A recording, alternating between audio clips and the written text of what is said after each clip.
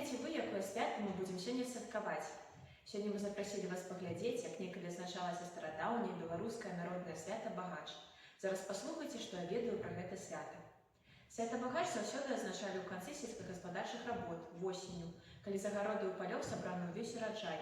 Абмалочана зерне, выкапана бульба, з агародаў сабраны морква, рэдзька, буракі. Людзі адчувалі сябе багатымі, бо ў іх было шмат зерня, садавіны, агародніны. Таму і назвалі гэта свята Багач.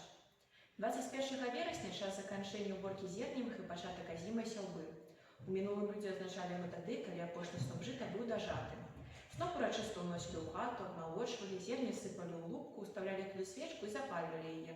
Так рабіўся багач, які ўносілі ў кожную хату з пажаданнямі багацця. Багач, згодна павер'ям, забяспечваў ніву жытам, прыносіў у хату дастатак і шчасце.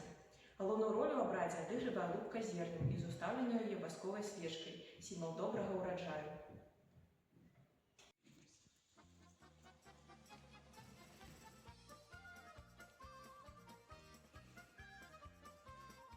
Василь, ты не забылся, что сегодня свято и в нашей хате выходится багач для нового сбора урожая?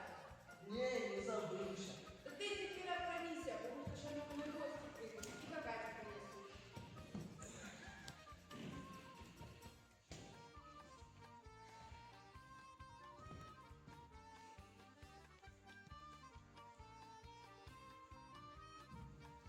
Василь, ты где поделся? Уже гости идут, багач несут.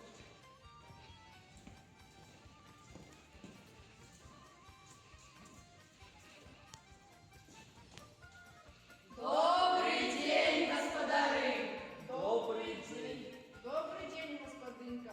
А чи багата ваша хата? Багата. А чи добрий урожай ви собрали в этом годі? Добре. Ну раз добрий урожай, то господинка нам догаджай. Насип зерна на багаж, да не шкоду, в такому годі у чай ще лепший урожай. Сьогодні багач, це свято доброго урожаю. Мы вам принесли багаж, Бог жив.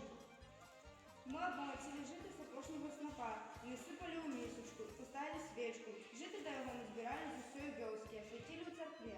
Я кажусь, пришел богач, кидает рогач. Дары сельвеньку, десей помолили. До богача баба рабоча, по богачи хоть за плод волочи. Мы вас спішим з этой честью. Жадаємо, нехай вам золоте шанцує, нехай вам життя щастя дарує. Богач у хаті, миру і згоди на довгі годи. Щастя, здоров'я, достатку желаємо. Счастье и доли, как хлеба было волю. Великий дякую за пожелання. Дякую, що придали нас добрими господарями. Богача тримає, на почесний путь відправляє.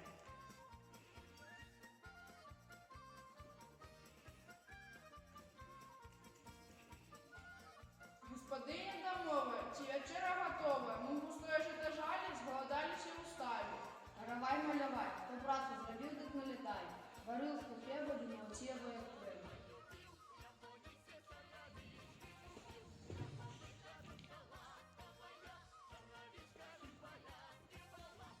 А гэты каравайчык птушкам на вырычык, аднясіце яго ў неба, пачастуйце нашага хлеба.